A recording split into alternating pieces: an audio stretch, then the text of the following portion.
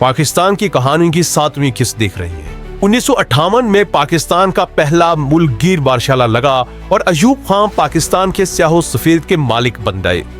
Field marshal Ayub Khan کی شخصیت کو سمجھنے کے لیے 2 باتیں جاننا نہایت ضروری ہے۔ وہ پہلے ڈکٹیٹر تھے جو برملا کہا کرتے تھے کہ عوام ابھی اتنے باشعور نہیں ہوئے کہ انہیں ووٹ کا حق دیا جائے۔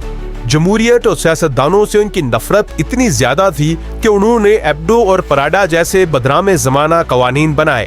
ان قوانین کے تحت 7000 سیاستدان 7 سال کے لیے نااہل قرار دیے گئے۔ نااہل قرار دیے جانے والے سیاستدانوں میں سابق وزرائے اعظم حسین شہید سہروردی اور فیروز خان نون جیسے بڑے نام بھی شامل تھے۔ ان لوگوں کو نااہل کرنے کے لیے کرپشن اور ملک دشمنی کے الزامات لگائے گئے۔ یہی وجہ ہے کہ آج بھی جب کسی سیاستدان پر کرپشن کے الزامات لگا کر برطرف کیا جاتا ہے یا اسے سیکیورٹی رسک قرار دیا جاتا ہے تو سمجھنے والے سمجھ جاتے ہیں کہ یہ تو وہی جدا ہے، گزرے تھے ہم جہاں سے۔ سیاستدانوں پر کرپشن الزامات اور نااہل کرنے کے بعد ایوب خان نے اپنی مرضی کا ایک آئین تشکیل دیا اور 1965 میں اسی آئین کے تحت انتخابات کا اعلان کر دیا۔ خود پسندی اور اقتدار کی ہوس دیکھیے کہ جنرل ایوب جو پاکستان مسلم لیگ کے صدر بھی تھے خود صدارتی امیدوار کے طور پر میدان میں آ گئے۔ ان کے مقابلے کے لیے ابھی میدان میں کوئی سیاستدان نہیں بچا تھا کیونکہ تمام بڑے سیاستدانوں کو مختلف الزامات کے تحت نااہل کیا جا چکا تھا۔ اس وقت اپوزیشن بری طرح تقسیم تھی۔ ایوب خان کا خیال تھا کہ وہ بہت مقبول ہے اور بآسانی جیت جائیں گے۔ ایسے میں تقسیم شدہ اپوزیشن نے بھی شاندار پتہ کھیلا۔ انہوں نے متفقہ طور پر قائد اعظم کی بہن محترمہ فاطمہ جناح کو صدارتی امیدوار کے طور پر کھڑا کر دیا۔ ان حالات میں وہ پاکستان کی واحد امید تھی۔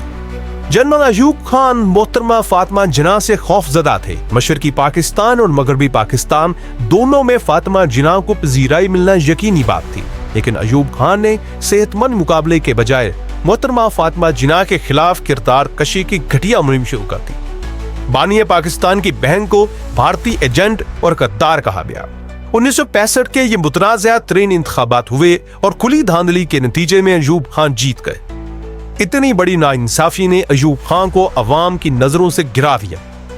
ایوب خان کے خلاف ملک گیر احتجاج شروع ہو گئے اور سڑکوں چوراہوں پر ایوب کے خلاف ہر طرح کے نعرے لگنے لگے۔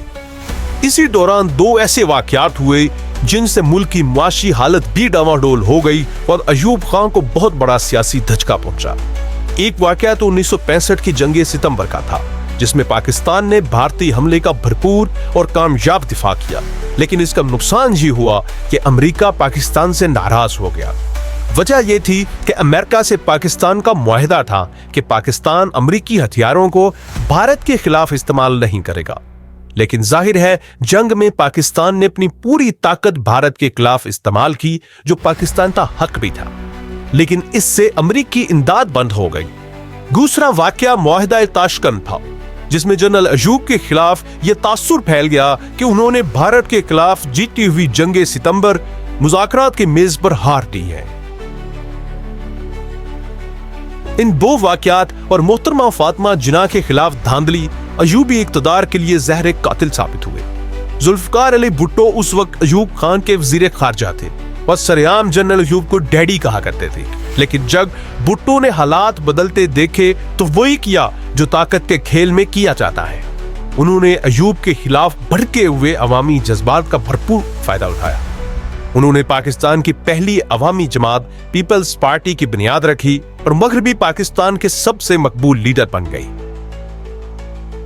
1969 میں جب صدر ایوب خان کے خلاف عوامی مزاحمت بے قابو ہو گئی تو آرمی چیف جنرل ضیاء نے ایوب خان کو استعفیٰ دینے پر مجبور کر دیا۔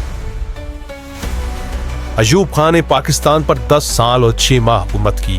یہ 10 سال پاکستان کی تاریخ کے نہایت اہم سال تھے۔ ان برسوں میں ابتدائی طور پر پاکستان کھل کر امریکی کیمپ میں شامل ہوا جس کے چند مثبت نتائج بھی نکلے۔ امریکی مدد سے پاکستان نے پہلی بار منگلا اور تربیلا جیسے بڑے ڈیمز کا آغاز کیا، صنعتوں اور زراعت کو فروغ دیا، پاک فوج مضبوط ہوئی، پاکستان پہلی بار گندم کی پیداوار میں خود کفیل ہوا، بینکنگ سیکٹر پروان چڑھا اور چین سے تعلقات بہتر بنائے گئے۔ لیکن ایوب کے دور کی سب سے بڑی ناکامی یہ تھی کہ ان کے دور میں مشرقی اور مغربی پاکستان میں دوریاں اتنی بڑھ گئیں کہ محض 3 سال بعد ملک 2 ٹکڑے ہو گیا۔ ایوب خان نے امریکی امداد سے پاکستان میں انڈسٹری کو ترقی تو دی، لیکن اپنے اقتدار کو توز دینے کے لیے جمہوری سیٹ اپ ڈیولپ ہونے ہی نہیں دیا، جس کا نتیجہ یہ نکلا کہ امریکی امداد کے سہارے ہونے والی ترقی امریکی امداد کے خاتمے پر ختم ہو گئی۔ منگلا تو مکمل ہو گیا، لیکن تربیلا ڈیم کے لیے پیسے ختم ہو گئے۔ تربیلا ڈیم بھٹو دور میں مکمل ہوا۔ پاکستان کی کہانی جاری ہے۔ پاکستان کیسے ٹوٹا، پاکستان کو کس نے توڑا، پاکستان توڑنے کے ذمہ دار فوجی جرنیل تھے یا سیاستدان، یہ سب اگلی قسط میں دیکھیے۔ روز کچھ نیا جاننے کے لیے اور اس سلسلے کی اگلی قسط کے لیے ہمارا چینل سبسکرائب کیجیے اور بیل بٹن کو کلک کیجیے۔